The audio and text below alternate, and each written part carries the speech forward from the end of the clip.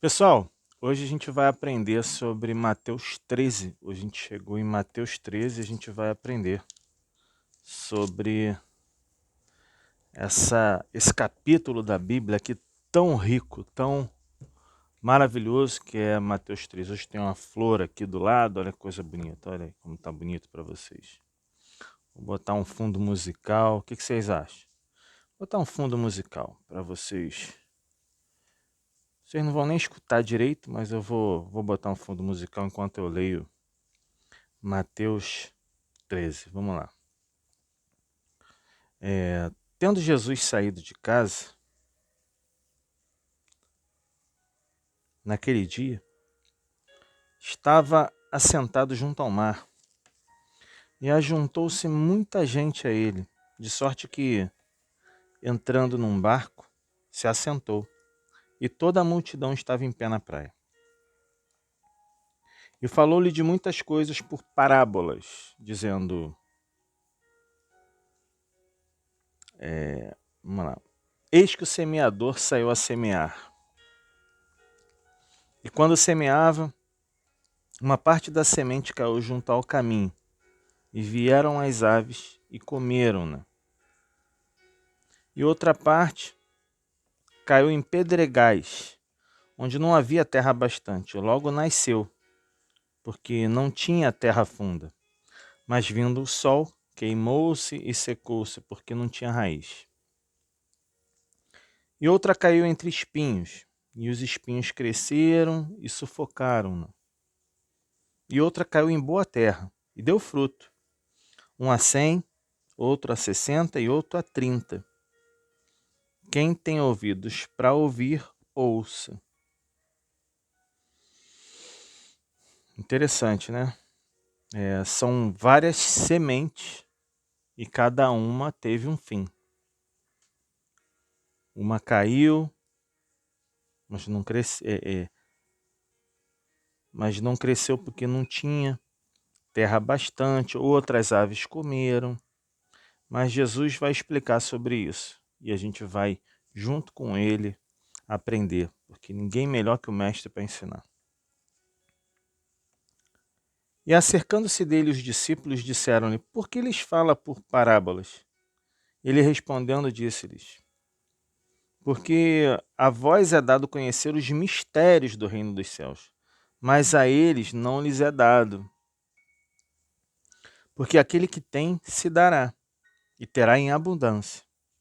Mas aquele que não tem, até aquilo que tem, lhe será tirado. O que você aceita de Deus, mais Deus tem para lhe dar. Mas o que você rejeita de Deus, até o que você tem vai ser tirado. Por isso lhes falo por parábolas. Versículo 13. Por isso lhes falo por parábolas, porque eles vendo não veem, e ouvindo não ouvem nem compreendem. E neles se cumpre a profecia de Isaías, que diz, ouvindo ouvireis, mas não compreendereis. E vendo vereis, mas não percebereis. Porque o coração desse povo está endurecido.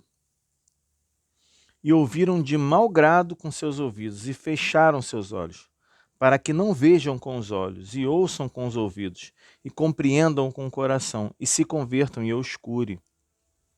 Tem pessoas que estão com o coração duro, fechado, não querem ouvir a palavra de Deus. Tem pessoas que vão ver esse vídeo e vão tirar do vídeo, na metade do vídeo. Não querem ouvir. Elas simplesmente não querem saber do reino de Deus. Um coração endurecido, um coração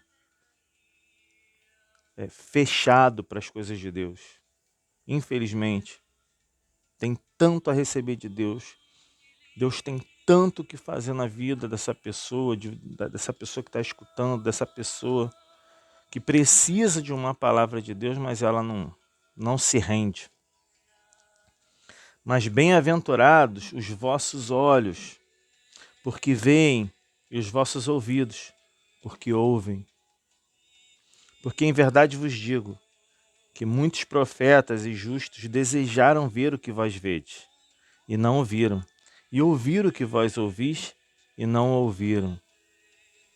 Escutai vós, pois, a parábola do semeador.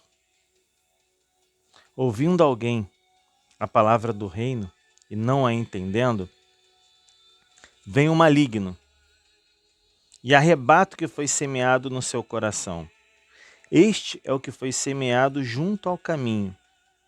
Lembra quando a gente falou que caiu junto ao caminho e as aves comeram? Então, foi esse aí.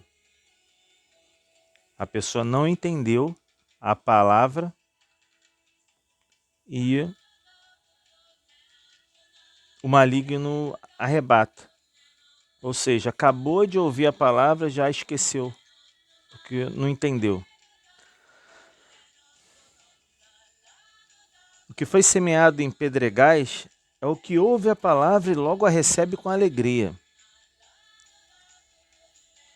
mas não tem raiz em si mesmo. Antes é de pouca duração, e chegada a angústia e a perseguição, por causa da palavra, logo se ofende. Essa pessoa ela não tem raiz, a palavra não está firme ainda, ela não conhece ainda, ela não tem experiência com Deus, ela não tem raiz profunda, ela não lê a palavra dia e noite, ela não medita, por isso ela não conhece a palavra, então ela duvida. E isso faz com que ela não tenha raiz e quando começam as perseguições por causa da palavra, ela simplesmente desiste. E o que foi semeado entre espinhos é o que ouve a palavra, mas os cuidados desse mundo e a sedução das riquezas sufocam a palavra e fica infrutífera. Ela começa a procurar dentro da palavra as bênçãos de Deus, as bênçãos financeiras, coisas que somente diz respeito a ela e não ao reino. Então ela não tem a salvação, ela não tem, ela não conhece a Deus, ela só conhece tudo que ela pode conquistar com Deus. Não conhece a Deus. Então ela não frutifica. Ela apenas recebe as bênçãos, mas não tem a verdadeira alegria da salvação, de buscar a Deus, de viver com Deus. Mas o que foi semeado em boa terra é o que ouve e compreende a palavra, e dá fruto. E um produz 100, outro 60 e outro 30. Quem ouve a palavra de Deus, compreende a palavra, quer passar para todo mundo. Quer que as pessoas saibam o bem que faz a palavra de Deus. Tudo que eu estou fazendo aqui, esses vídeos, todo esse trabalho para poder explicar para vocês, é porque eu quero que a palavra de Deus chegue até vocês. Que o bem que a palavra de Deus me faz, faça a vocês também, meus amigos, os seguidores, as pessoas que eu amo, a minha filha que vai crescer e vai ver esses vídeos. Então tudo isso é eu semeando na vida de vocês. Cada pessoa que vir aqui é multiplicado.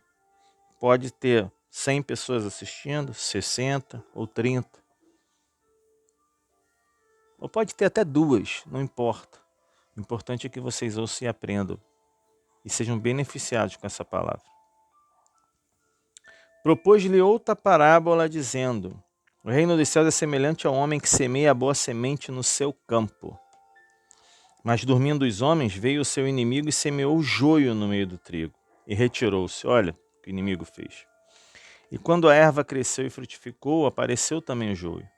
E os servos do pai de família, indo ter com ele, disseram-lhe: Senhor, não semeaste tu no teu campo boa semente? Por que tem então joio? E ele lhes disse: um inimigo é quem fez isso. E os servos lhe disseram: quereis, pois, que vamos arrancá-lo? Ele, porém, lhes disse: não, para que ao colher o joio não arranqueis também o trigo com ele. Deixai crescer ambos juntos até a ceifa. E por ocasião da ceifa, direi aos ceifeiros: colhei primeiro o joio e atai-o em molhos para o queimar, mas o trigo ajuntai-o no meu celeiro.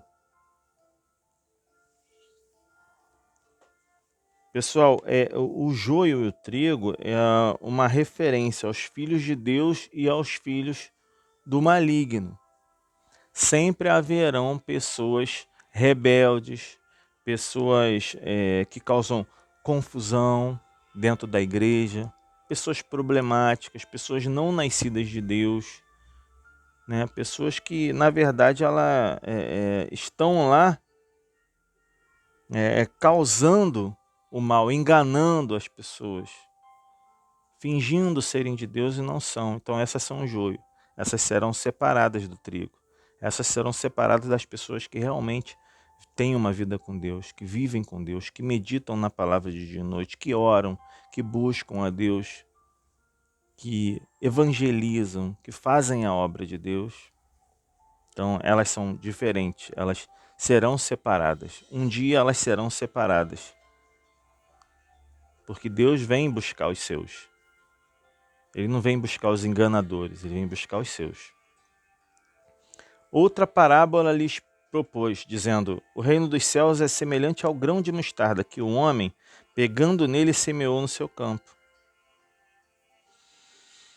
o qual é realmente a menor de todas as sementes, mas crescendo é a maior das plantas e faz-se uma árvore, de sorte que vêm as aves do céu e se aninham nos seus ramos. Olha que lindo.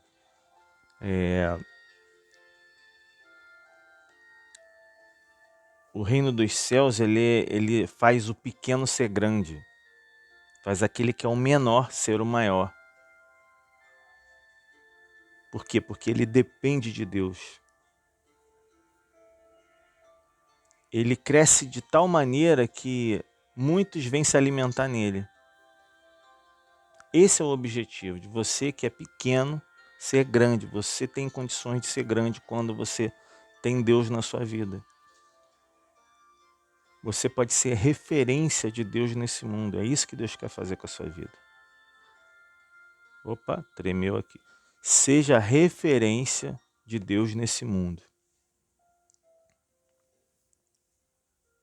Continuando, outra parábola lhes disse. Jesus falava muito por parábolas, né? Parábolas são histórias, né?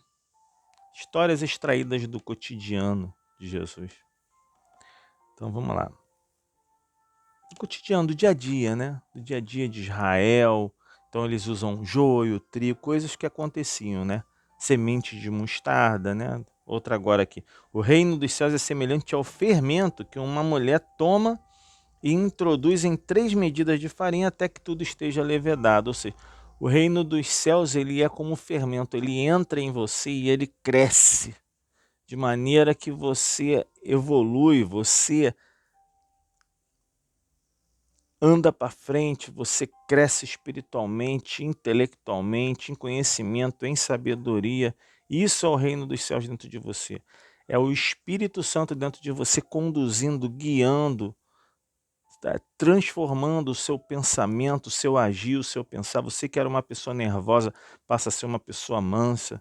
Você que era uma pessoa impaciente, passa a ser longânima. Tudo isso é crescimento espiritual. Então esse fermento que entra, ele introduz ali em 3 medidas de farinha até que tudo esteja pronto. Pronto para quê? Pronto para Deus. Pronto para Deus usar. Você precisa ser preparado para que Deus te use. E isso é o reino dos céus. Quando o reino dos céus entra em você, você é preparado para Deus te usar. Tudo isso disse Jesus por parábolas à multidão, e nada lhes falava sem parábolas, para que se cumprisse o que fora dito pelo profeta, que disse: abrirei em parábolas a minha boca, publicarei coisas ocultas desde a fundação do mundo. Então, tendo despedido a multidão, foi Jesus para casa. E chegaram a ele os seus discípulos, dizendo: explica-nos a parábola do joio do campo. Poxa, ele ainda vai explicar, acabei de falar, mas tudo bem. E ele respondendo disse-lhes: o que semeia a boa semente é o filho do homem, o campo é o mundo, e a boa semente são os filhos do reino, e os joios são os filhos do maligno, viu? Eu falei isso. Mas é claro que Jesus vai explicar muito melhor do que eu. Vamos ler. O inimigo que o semeou é o diabo, e a ceifa é o fim do mundo, e os ceifeiros são os anjos. Legal. Assim como o joio é colhido e queimado no fogo, assim será na consumação deste mundo. Mandará o Filho do Homem os seus anjos, e eles colherão do seu reino tudo que causa escândalo, né? Rebeldia, problemas na igreja, eu tinha falado sobre isso. E os que cometem iniquidade, esse pessoal vai ser recolhido. Eles vão colher. E lançá-los-ão na fornalha de fogo, ali haverá pranto e ranger de dentes. Por que Jesus fala sobre fornalha de fogo? Gente, é o inferno. O inferno existe. Ele não foi feito para os seres humanos. Ele não foi feito para as pessoas. Ele foi feito para o diabo e os seus anjos. Mas as pessoas, elas não querem saber de Deus. Elas querem fazer a vontade do diabo, a vontade da carne, a vontade do mal. Elas querem satisfazer seus próprios desejos, suas maldades, suas vinganças, seu ódio, sua mágoa. E é por isso que muitas delas vão junto com o diabo para o inferno. E ele fala, ali haverá pranto e ranger de dentes. Ranger de dentes. Já sentiu dor a ponto de ranger os dentes? É a dor do inferno. Infelizmente, pessoal. Uma coisa que não se fala muito dentro das igrejas. Às vezes se evita falar, mas é uma realidade. Jesus falou sobre isso, eu creio que Jesus é Deus, eu creio que ele não mentiria. Ele não falaria algo para simplesmente nos impressionar, não. O inferno existe e que você tenha uma vida com Deus para que não vá para esse lugar terrível, onde só há choro e ranger dos dentes. Então os justos resplandecerão como o sol no reino de seu Pai. Viu? Os justos resplandecerão como o sol, vocês serão iluminados.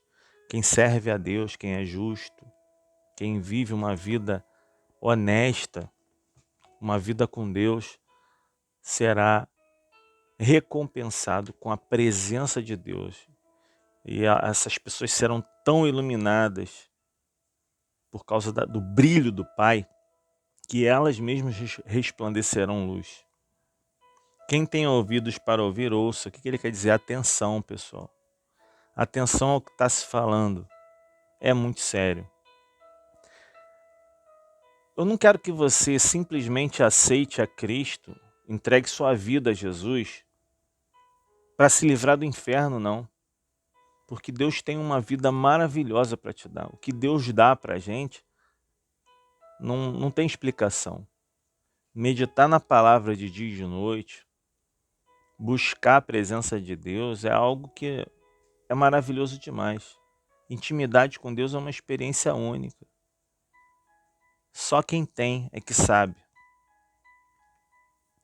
Eu não mudei de uma hora para outra, eu mudei quando eu comecei a me envolver com Deus. O canal mudou, o meu canal mudou. Esse canal que você assiste, ele só falava de política, só falava de problema. Agora ele está falando de soluções, ele está falando de... Também vamos falar de política, mas ele está falando do espiritual que existe. E eu vou falar aqui sobre o espiritual que existe na política também. Existem ordens, existem problemas espirituais dentro da política também. E a gente vai abordar sobre isso aqui. A política na Bíblia vai mostrar muito isso. Eu vou abrir uma playlist em breve. O nome da playlist é Política na Bíblia. Vocês vão aprender sobre política dentro da Bíblia. Eu vou ensinar para vocês.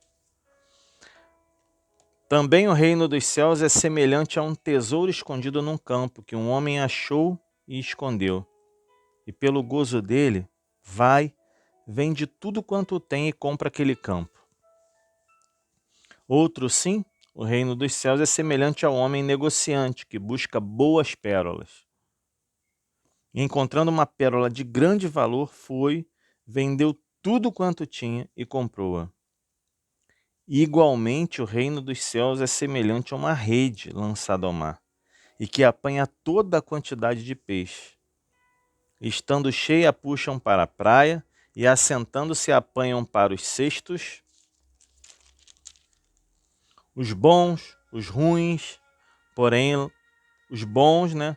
Os bons. Os ruins, porém, lançam fora. Assim será na consumação do mundo. Virão os anjos e separarão os maus de entre os justos, igual o joio do trigo, e lançá-los-ão na fornalha de fogo. Ali haverá pranto e ranger de dentes novamente. E disse-lhes Jesus: Entendestes todas essas coisas? Disseram-lhe: Sim, Senhor. E ele lhes disse: Por isso todo escriba instruído acerca do reino dos céus é semelhante a um pai de família, que tira do seu tesouro coisas novas e velhas. E aconteceu que Jesus, concluindo essas parábolas, se retirou dali. Veja bem, pessoal, quando ele fala sobre a pérola que a gente passou aqui e leu, semelhante ao homem negociante que busca boas pérolas, e encontrando uma pérola de grande valor, foi e vendeu tudo que tinha, ele está falando de uma pessoa ouve falar da salvação, que é a maior riqueza que a gente pode ter, é a nossa salvação. Então a pessoa abre mão de tudo que tem, tudo que é, para viver isso, para viver essa vida com Deus. Ela abre mão de tudo. Ela esquece quem ela foi um dia e a partir de agora ela vai ser o que Deus quer que ela seja. Porque ela vai colocar toda a sua força, todo o seu coração para ter esse tesouro que é a salvação. Né? E a rede é lançada ao mar, né? Os peixes bons e os ruins. Os ruins são lançados fora. Versículo 54. Esse é longo, hein? Esse é longo. E chegando à sua pátria, ensinava-os na sinagoga deles, de sorte que se maravilhavam e diziam: De onde veio a este a sabedoria e essas maravilhas? Não é esse o filho do carpinteiro? Não se chama sua mãe Maria, seus irmãos Tiago, José, e Simão e Judas? E não estão entre nós todas as suas irmãs? De onde lhe veio, pois, tudo isso? E escandalizavam-se nele. Jesus, porém, lhes disse: Não há profeta sem honra, a não ser na sua pátria e na sua casa. E não fez ali muitas maravilhas, por causa da incredulidade deles. Jesus, as pessoas não entendiam Jesus, porque conheceram ele desde pequeno, viram ele crescer na casa de José, de Maria, e não acreditavam nele. Não acreditavam que ele era o Filho de Deus. Mas quando o Espírito Santo desce sobre nós, o que nós fomos acabou. A partir de agora é Deus agindo em nós e isso faz a diferença. Só que para nossos parentes tudo é muito difícil de entender. É difícil de entender uma transformação. É difícil para os nossos amigos entenderem a nossa transformação. Só quem vive a transformação sabe o que viveu. Sabe o que está passando, sabe o que está sentindo, sabe o que está vivendo. As pessoas continuam te achando uma pessoa comum, normal, que viveu entre eles, que fez tanta besteira. Elas não acreditam que você mudou. Não era o caso de Jesus, mas é natural que um profeta não seja bem recebido em sua casa. Às vezes uma pessoa de fora te ouve, mas o seu parente tem dificuldade de te ouvir. Então você tem que orar para Deus alcançar ele através de outra pessoa. Não adianta você ficar falando, porque um profeta nunca é bem recebido em sua própria casa. Não é honrado como profeta. É triste isso, mas é a realidade. Os irmãos de Jesus não criam em Jesus. Eles cresceram juntos, né? Brincavam juntos. E de repente Jesus aparece como Filho de Deus, batizado com o Espírito Santo no Rio Jordão por um homem, João Batista, o imersor. E de repente é o Filho de Deus. Para eles também era difícil entender isso. E eles se perguntavam de onde veio essa sabedoria, essas maravilhas. A sabedoria e maravilha vem do Espírito Santo. Assim também acontece conosco. As pessoas devem perguntar assim, de onde vem esse conhecimento que o Paulo tem? Onde ele aprendeu tudo isso? Isso é o Espírito Santo que me passa. O Espírito Santo que me dá isso. Glória a Deus por isso, porque só o Espírito Santo pode nos conduzir, pode nos fazer entender essa palavra aqui. Ah, mas eu posso também entender a palavra? Claro que pode. É só você buscar. Se você todo dia ler essa palavra, você vai entender tanto quanto eu. Porque o Espírito Santo vai ver a tua vontade em aprender. E essa sua vontade em aprender dela vai fazer com que o próprio Espírito de Deus te dê o entendimento dela. Ele vem, ele desce sobre você e te dá o entendimento. Porque é o que você quer, é o que você deseja. Você quer conhecer a Deus, Deus quer também que você conheça Ele. E não fez ali muitas maravilhas por causa da incredulidade deles. A incredulidade é que impede das maravilhas de Deus acontecer na sua vida. Assim como aconteceu aqui nessa cidade, também acontece na nossa vida. A incredulidade faz com que Deus não age em nossas vidas. É a nossa incredulidade. Se a gente acredita mais na ciência, se a gente acredita mais nas pessoas do que no próprio Deus, nós teremos problemas. As maravilhas de Deus não vão acontecer na nossa vida. Pessoal, forte abraço. Esse foi longo, foi o capítulo 13. E em breve aí, capítulo 14 para vocês. Em nome de Jesus, a gente vai conseguir alinhar isso aí e botar até os dias certinhos. Dia 15, 16, 17, até o dia certinho, tá bom? Forte abraço aí, fiquem com Deus. Até o próximo vídeo.